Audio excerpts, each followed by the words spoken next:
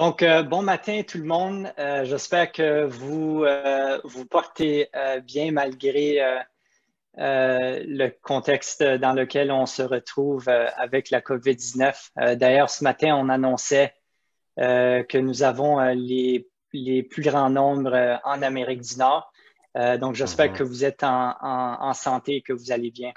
Donc, je vous remercie tous et toutes d'être avec nous aujourd'hui pour cette annonce virtuelle. Nous sommes très heureux de vous avoir parmi nous.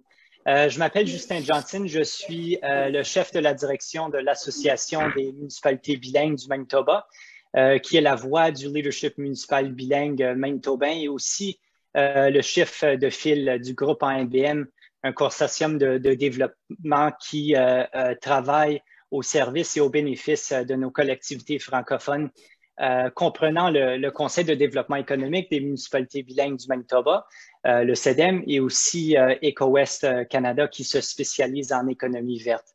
Donc, ce matin, je serai votre animateur, votre modérateur. Je vous parle en direct de ma communauté natale de Lorette, au Manitoba, dans la belle municipalité rurale et bilingue de Taché. Donc, avant de commencer, je tenais aussi à souligner que je me retrouve sur les territoires visés par le traité numéro 1 et que ces terres font partie du territoire traditionnel des peuples Anishinaabe, Cri, Oji-Cri, Dakota et Dene, et aussi de la patrie de mes ancêtres, de mes grands-pères et grands-mères de la nation métisse. Donc, ce matin, je suis en compagnie avec l'honorable Monsieur Dan Vandal, ministre des Affaires du Nord et député fédéral de Saint-Boniface-Saint-Vital. Aussi le vice-président du conseil d'administration du CEDEM, Monsieur Cyril Durand, ainsi que le directeur général du CEDEM, Monsieur Louis Alain. Donc, je voudrais également aussi reconnaître notre leadership municipal bilingue qui est en ligne, le conseiller de la municipalité rurale de l'Abrequie, M. Laurent Tétrault, qui d'ailleurs, si vous ne savez pas, se présente au poste de premier vice-président de la Fédération canadienne des municipalités très prochainement. Et merci Laurent de porter notre voix au niveau national. L'AMBM est très fier de soutenir ta candidature. Donc, avant de commencer, permettez-moi d'abord d'adresser quelques points de cuisine.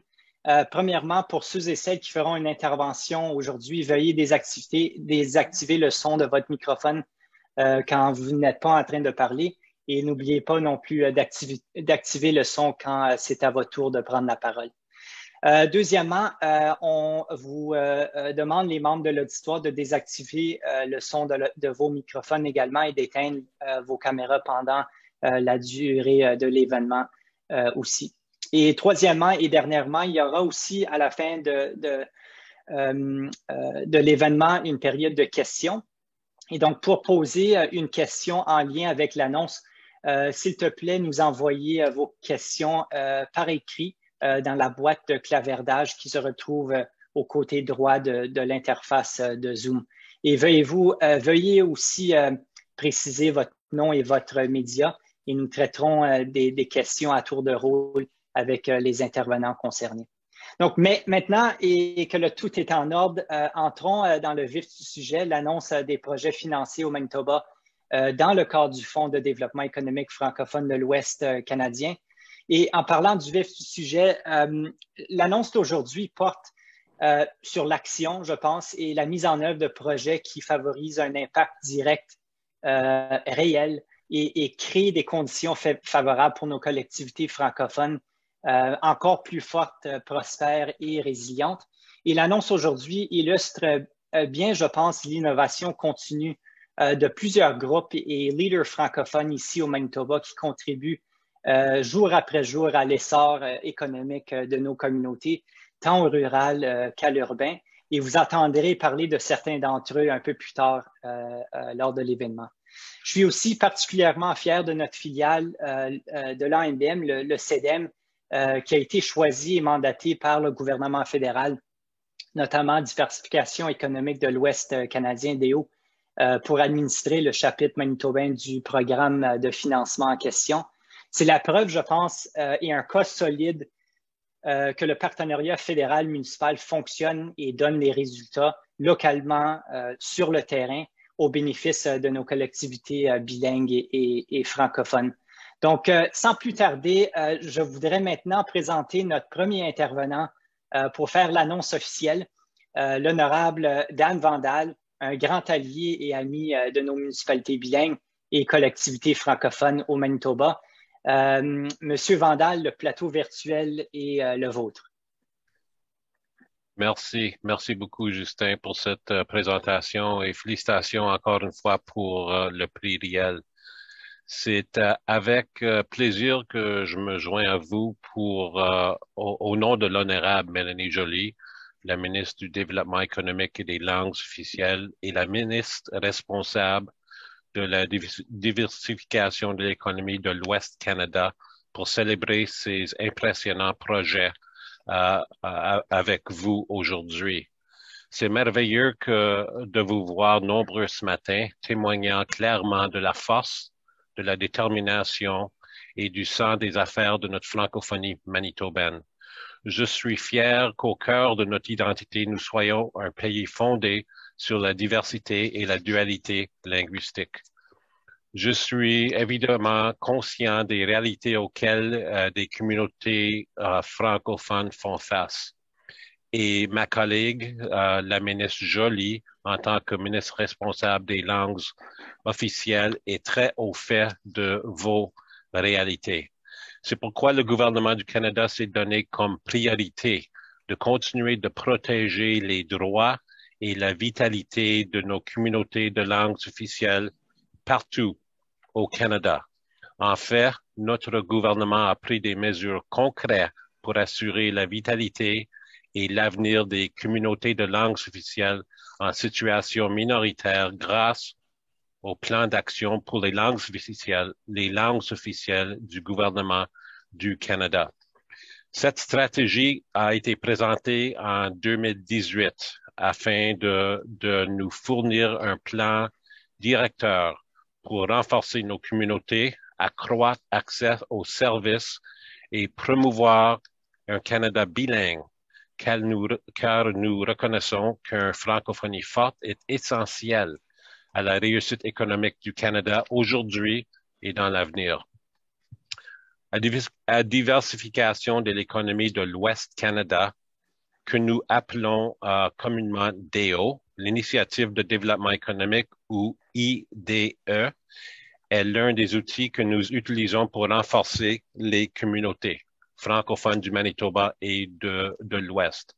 Par exemple, DEO investit dans un certain nombre de projets de l'Inde, IDE, qui favorise la diversification de l'économie, le développement des entreprises, l'innovation, les partenariats et un soutien aux petites et moyennes entreprises au sein des communautés de langues officielles en situation minoritaire.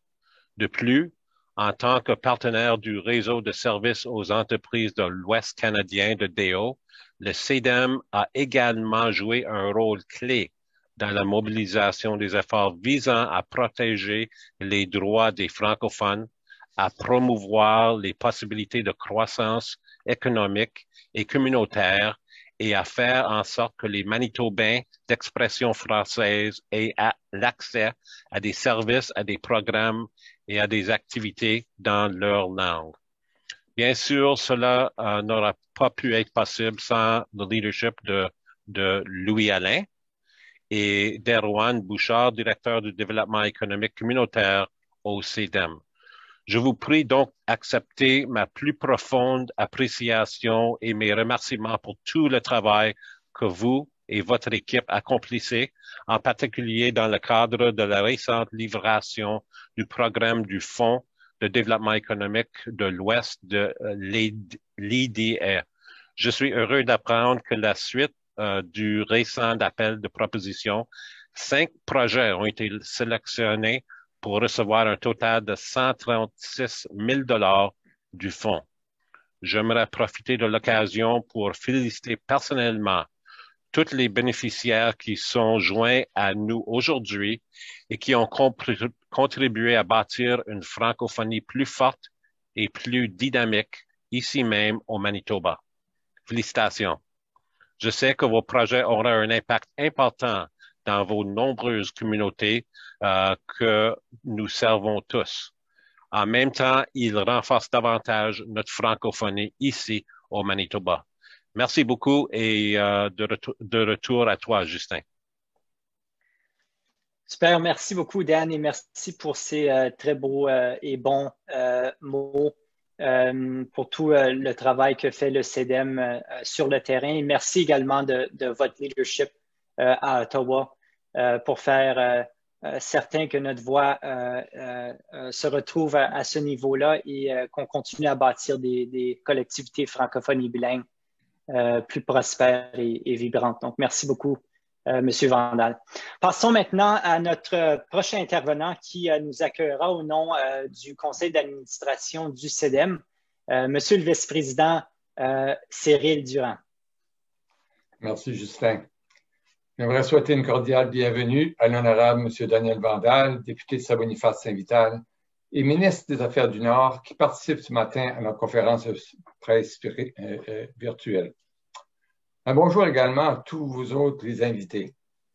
C'est un grand plaisir d'être ici aujourd'hui au nom du conseil d'administration du CEDEM.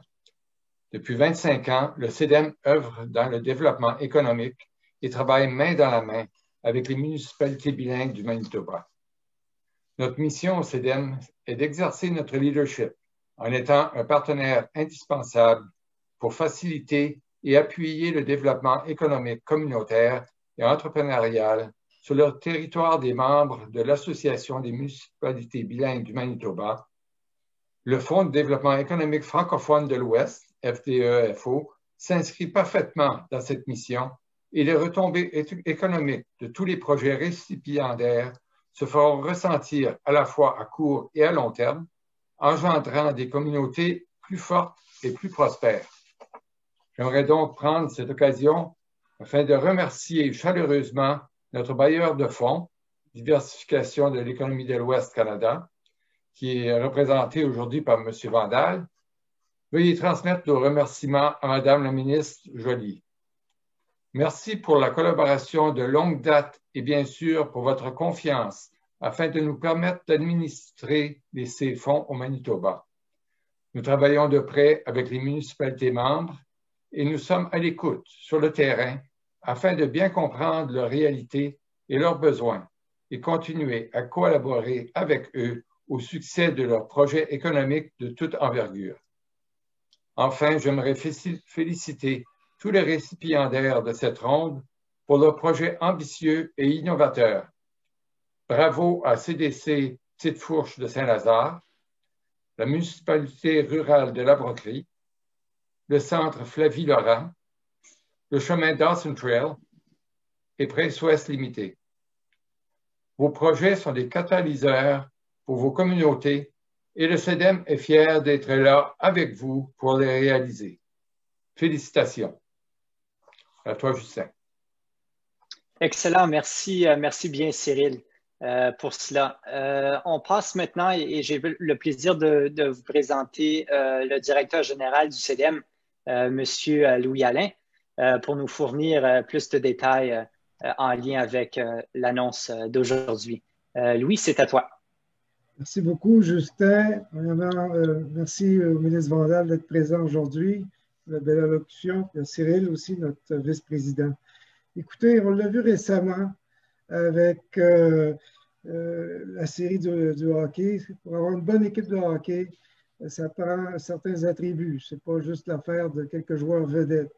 Et puis, je vais me permettre peut-être d'en évoquer parce qu'il y a quand même derrière tout ce beau projet de ce fonds-là, de l'administration de ce fonds-là, des gestionnaires, mais qui travaillent en équipe. Alors, Erwan et toute son équipe, et puis on le voit aujourd'hui avec Irina et l'équipe des communications, c'est que ce n'est pas l'affaire d'une personne, c'est l'affaire d'une équipe. Et puis, la raison pour laquelle je mets l'emphase là-dessus, c'est que le but premier de ce projet-là, c'est l'accompagnement.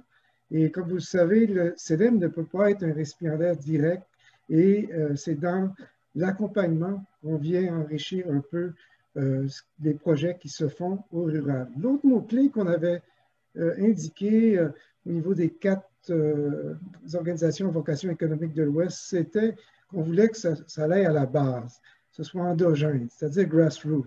Et on le voit par la nature des projets de l'an passé, de ceux de cette année, on est vraiment dans nos municipalités. Ce qui m'emmène au deuxième attribut, c'est que ça prend un marché acquis.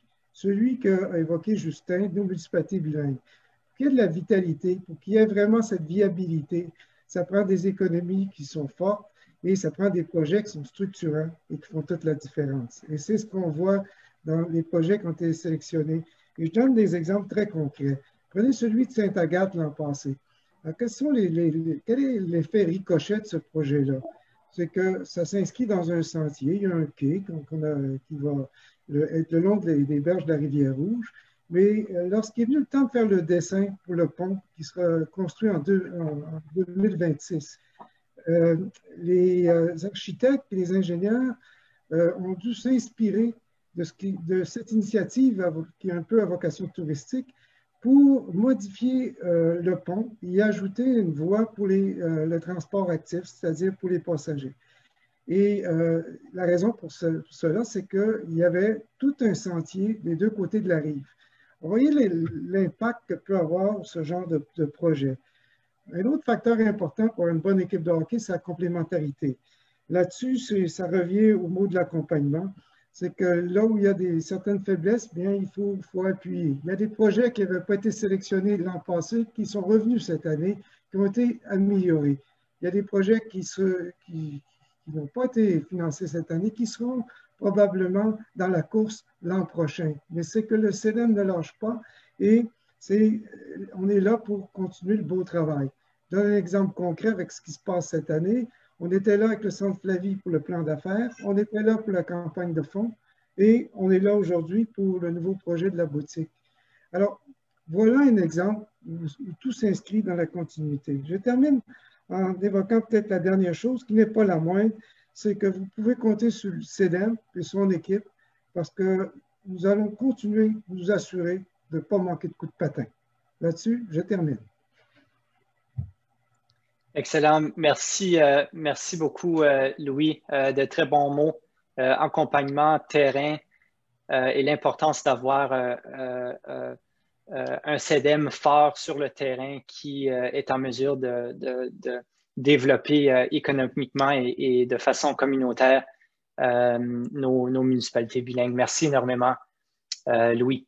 Donc, je voudrais maintenant faire appel à M. Roland Blouin pour partager un mot au nom de la Corporation de développement communautaire, la CDC, de la Petite Fourche. À vous, M. Blouin. Merci, Justin. Merci à vous tous. Je suis Roland Blouin. Je fais part de la CDC de Saint-Lazare. La CDC et la municipalité de Ellis-Archer, en partenariat avec NCC et beaucoup d'appui de la CEDEM, travaillons pour ouvrir le Fort Ellis. Le Fort Ellis, c'est notre projet. On veut l'ouvrir au public et faire venir les touristes. Le Fort Ellis a beaucoup d'histoire. Il a été établi à Beaver Creek en 1831.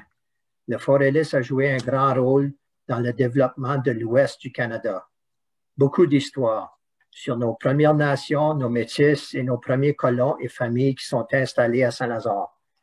Nos projets à jour commencent à faire une recherche archéologique du Fort Ellis qui se débutera aussitôt que les restrictions de COVID nous le permettent. Nous rédigeons des sentiers de panneaux interprétatifs et aussi la construction de ces panneaux. L'impact économique sur notre communauté, c'est bien simple. Moi, je vois ça comme ça sera la survie de notre petit village.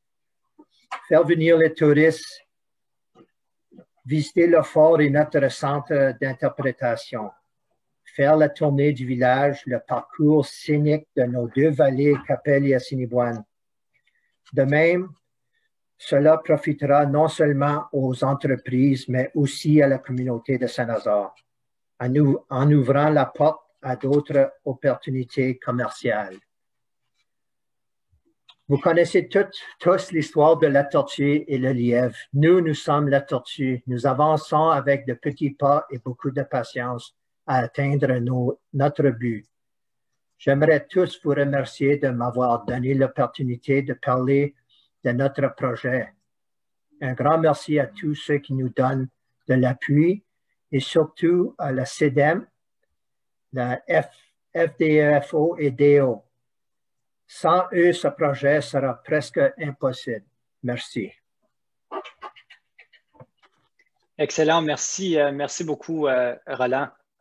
Maintenant, en direct de la municipalité rurale de la Brocquerie, avec le conseiller Laurent Tétrault. Monsieur Tétrault, le micro est à vous. Bonjour tout le monde. Ça me fait plaisir de représenter la communauté de la Brocquerie ce matin. Pour commencer, nous avons fait une étude pour les besoins récréatifs à la Brocquerie. Et puis, le numéro 1 de demande, c'était des sentiers pédestres. Alors, tout grand projet commence avec un rêve. Et le rêve, c'est d'avoir un sentier pédestre alentour du terrain de golf de la Brocquerie qui attire entre 15 et 20 000 personnes par été à la Brocquerie. Alors, pour compléter ce projet, il fallait premièrement traverser la rivière Seine à l'est du terrain de golf. J'ai approché un ancien résident de la Brocquerie qui a eu beaucoup de succès en affaires au Manitoba, qui appartient à Baylin, Canada Culvert, Armtech. Et il nous a fait un don d'un pont couvert d'environ 1,5 million. C'est un don à la municipalité de M. Russ Edwards, qui a été élevé à la Brocquerie sur une ferme dans les 40 et les 50. Alors là, on peut finir notre projet de Sentier des Pionniers. Et puis, c'est en honneur de nos pionniers que nous faisons ça, les pionniers de 1881 à 1940 qui ont travaillé d'arrache-pied pour bâtir une communauté qu'on a aujourd'hui à la Brocquerie, une des municipalités qui grandit le plus vite au Manitoba.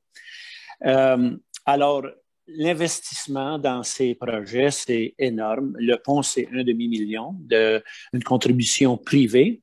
Les sentiers, cette année, nous allons dépenser environ 400 000 $ pour paver les sentiers qui se rendent au pont des Pionniers. Et puis, nous savons que ça va aider le tourisme à la Brocquerie. Dans le pont des Pionniers, tous les noms de familles, des familles qui sont venus à la Brocquerie depuis 1881 jusqu'en 1940 sont inscrits dans le pont. Et c'est un pont couvert, alors qui est unique au Manitoba. Et les gens viendront sur notre piste de pédestre pour se rendre au pont. Alors, merci infiniment au Fonds de développement économique francophone de l'Ouest pour la contribution qu'ils ont faite pour notre sentier pédestre. Alors, les gens de la Brocquerie sont excités. Nous allons attirer le tourisme et je pense que ça fait 3 minutes que je parle. Alors, un gros merci à tout le monde pour me laisser promouvoir ma communauté de la Brocquerie, que j'y ai resté toute ma vie et qu'on continue à travailler fort pour avoir la plus belle communauté au Canada. Merci. Excellent, merci. Merci, un grand merci à toi, Laurent, pour ce témoignage. Comme on dit, il y a du pain sur la planche, puis il y a des projets sur lesquels on doit se concentrer et investir. Donc, merci énormément. Maintenant, à Saint-Boniface, où nous sommes rejoints par le directeur général du centre, Flavie Laurent, Monsieur Gilbert Villefort. Monsieur Villefort, à vous la parole. Merci, M. Johnson. Alors, très heureux d'être participant ce matin. Je saute tout de suite en remerciant le CEDEM. Louis a fait allusion de parrainage et d'appui qu'on a reçu de ces gens-là depuis un bon bout de temps et ça se poursuit. On en est bien reconnaissant. Le Centre Flavie Laurent, je pense on le connaît ou on devrait. C'est un organisme de bienfaisance qui aide les démunis à obtenir les éléments de base gratuitement. Ça veut dire des meubles, des appareils ménagers, un peu de tout. Et comme on l'a annoncé il y a déjà plus d'une année, le centre maintenant a besoin de plus grands espaces. C'est la 4e fois depuis que je suis ici comme directeur. Alors, ça commence à être je sais pas, une mauvaise habitude. Néanmoins, alors on fait un déménagement prévu pour l'automne, on l'espère, sur la rue Archibald, au 301 Archibald. Et ce qui est intéressant et où je m'implique à cette participation ce matin, c'est pour un octroi qu'on a reçu de la FTEFO pour l'ouverture d'une boutique qui sera composante de ce nouvel édifice. Alors, l'édifice en total aura environ 16 000 pieds carrés et on prévoit ouvrir une boutique d'environ 600 pieds carrés avec possibilité d'agrandissement à date ultérieure. Alors, l'idée, c'est de prélever des fonds avec cette boutique-là en vendant des articles qui seront de nature unique, difficiles à trouver, disons. Et pour que le centre puisse obtenir à plus long terme ou atteindre son but de devenir plus autonome financièrement. C'est important pour nous de pouvoir se tenir sur nos 2 pieds, sachant bien qu'on donne tous nos articles gratuitement. Ça ne fait pas grand-chose pour la ligne de profit, mais il y a manière de se financer. Et cet effort, c'est dans ce contexte-là pour que le centre puisse poursuivre sa mission à long terme. Au point de vue économique, eh bien, il va sans dire que l'ouverture d'une boutique va exiger des emplois qu'il va falloir créer. Ça va donner l'opportunité à des gens de trouver ce genre de travail.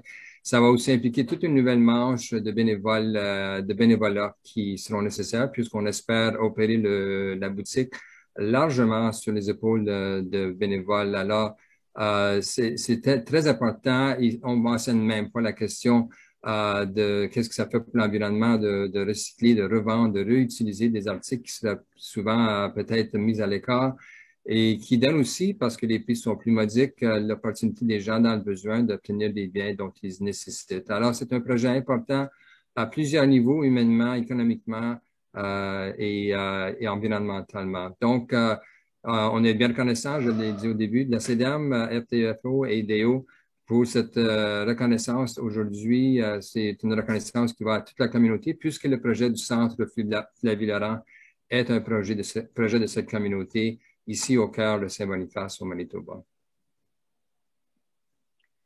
Excellent. Merci beaucoup, Gilbert, et bon succès avec l'expansion du centre Flavie-Laurent dans les prochains mois et les prochaines années.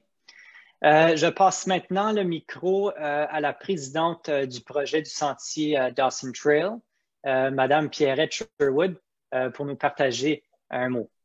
Madame Sherwood.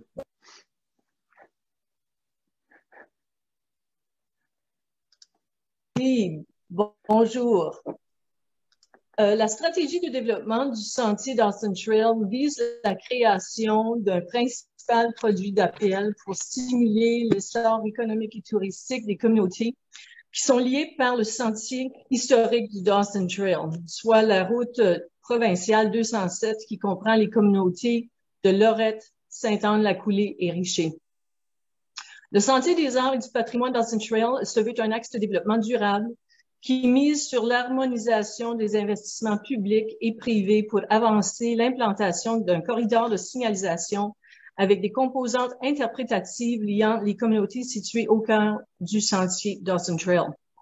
Ce projet, inspiré et validé par les partenaires des municipalités et collectivités francophones du sud-est manitobain affectés, est offert en complément au nouveau circuit artistique et historique créé en 2020 pour stimuler un impact économique qui se fera ressentir positivement pour bien des générations à suivre. Excellent. Merci, merci beaucoup, Madame Sherwood. Excuse-moi, j'ai pas tout à fait fini, mon cher. C'est parce que là, je voyais que le micro, la vidéo était éteinte, si tu me permets juste une petite minute. Ah oui, pas de problème. Alors, en grand, OK, merci, Justin. En grand, le projet met de l'avant l'installation d'une vingtaine de structures permanentes, marquant les toponymes traditionnels francophones et métis connus du sentier historique. On y prévoit également l'ajout de composantes artistiques et interprétatives à 10 aires de repos et points d'intérêt clés, incluant notamment le très populaire Centre longitudinal du Canada. Alors, grâce à l'appui de ce programme de DEO, bon nombre d'emplois seront créés ou maintenus en région. Et par ailleurs, ce projet a renforcé la capacité de plus d'une quinzaine d'individus qui œuvrent dans le milieu artistique et saura stimuler un bon nombre de petites entreprises qui œuvrent dans les milieux de services touristiques et complémentaires en région. Grâce à nos efforts, l'offre touristique régionale va enfin se compléter, se concrétiser et se concerter de façon à ce qu'il puisse connaître son plein potentiel. Il s'agit en effet de communautés où le secteur touristique est de plus en plus présent et qui, d'après le profil des communautés francophones promues par le CEDEM, promet le plus en termes de développement et d'opportunités. Alors, merci à tous les partenaires qui ont rendu ce projet possible. Nous vous invitons à suivre l'évolution de ce projet et de découvrir la richesse économique, culturelle, artistique et touristique du sentier Dawson Trail via notre page Facebook ou sur notre site web à dawsontrailtreasures.ca. Alors, au plaisir de vous revoir sur le chemin Dawson. Merci. Super, merci, merci Pierrette. Et très, très beau projet d'ailleurs. Merci à vous encore une fois.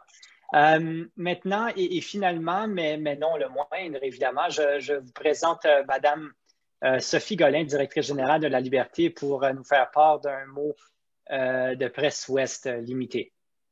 Madame Golin. Merci Justin. D'abord, permettez-moi de féliciter tous les participants pour l'année dernière et cette année aussi pour tous les projets novateurs et structurants de cette communauté.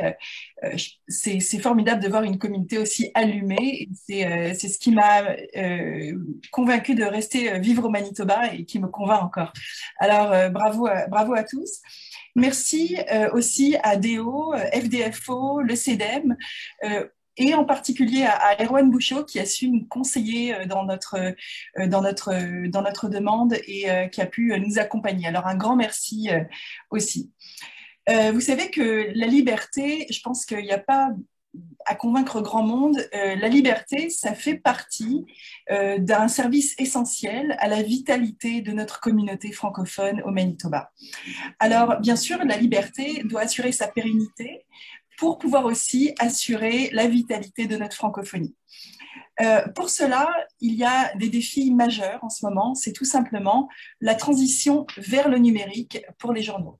Et c'est là que la subvention de FDFO nous aide, tout simplement parce que grâce à cette subvention, nous allons pouvoir construire un studio de vidéos et de balado-diffusion pour assurer notre transition numérique, mais aussi pour assurer que notre communauté soit vue et entendue à travers les nouvelles plateformes canadiennes. Alors, c'est un studio qui sera modulable, transportable. Ça veut dire que idéalement, dans les prochaines semaines, si tout va bien, vous allez voir arriver des équipes de La Liberté avec des caméras, du son pour pouvoir prendre un petit peu le pouls de notre communauté. Dans ce projet, nous avons des livrables assez rapidement qui vont se faire. Ce sont des 10 balados et 10 vidéos. Les deux thèmes que nous avons choisis pour cette première année, c'est l'économie verte. Et je pense qu'on sera en lien très rapidement avec Gilbert Vielfort qui nous a expliqué le lien entre le recyclage de vêtements et l'économie verte. Je trouve que c'est un exemple extraordinaire. Je suis une fan du travail de Centre Flavie Laurent. Mais aussi des projets jeunesse pour un petit peu aider les jeunes à comprendre ce qui est important dans l'employabilité. Donc, nous allons rencontrer des entrepreneurs, des jeunes et faire le pont entre les expériences des jeunes et des entrepreneurs. Ce projet a un impact direct d'ailleurs qui a commencé. Alors les travaux vont commencer dans les prochains jours, on attend les permis, mais il a déjà commencé parce que nous avons recruté des jeunes qui ont terminé leurs études à l'Université de Saint-Boniface en multimédia, ce que nous n'aurions pas pu faire avant. Donc ce projet nous a permis de recruter ces jeunes-là et de commencer le travail de recherche pour livrer ces balados et ces vidéos.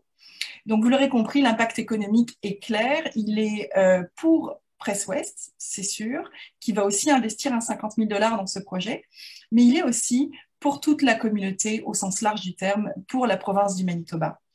Ça nous permettra de diversifier notre contenu, de renouveler notre lectorat, d'épargner des coûts de production sur les coûts de production, de combler le manque de lieux de stage pour des jeunes qui sortent des études de multimédia et bien sûr de continuer, en tout cas d'inspirer les entreprises à prendre un virage en économie verte et en essor économique pour contribuer aussi à l'essor économique de ces entreprises. Je dis un grand merci de la part du conseil d'administration de Presse Ouest Limitée qui a reçu cette nouvelle avec un grand bonheur. Et au nom de l'équipe aussi de Presse Ouest, de la liberté, nous vous remercions à tous et à toutes.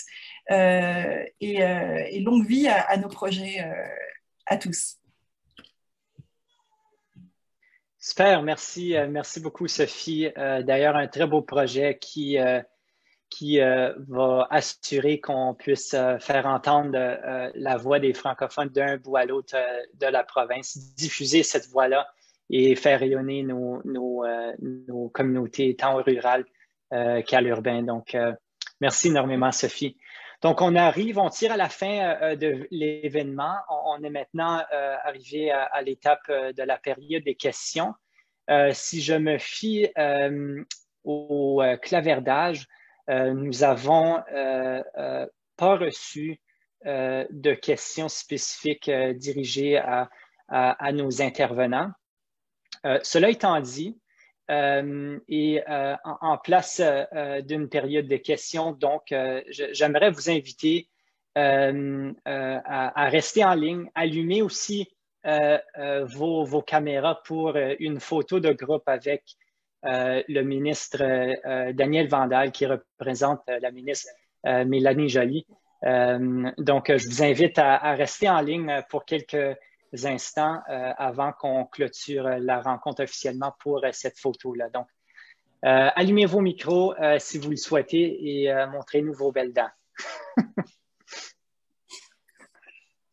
Donc, l'équipe de communication en arrière-plan, oui, je vous laisse faire votre travail. Merci, Justin. On met juste sur Gallery View en ce moment pour prendre une photo avec tout le monde. Donc, si vous voulez bien un peu plus beau sourire. Parfait. Merci beaucoup tout le monde. Justin, si tu veux conclure. Ah, c'est fait. Wow, c'est vite. OK.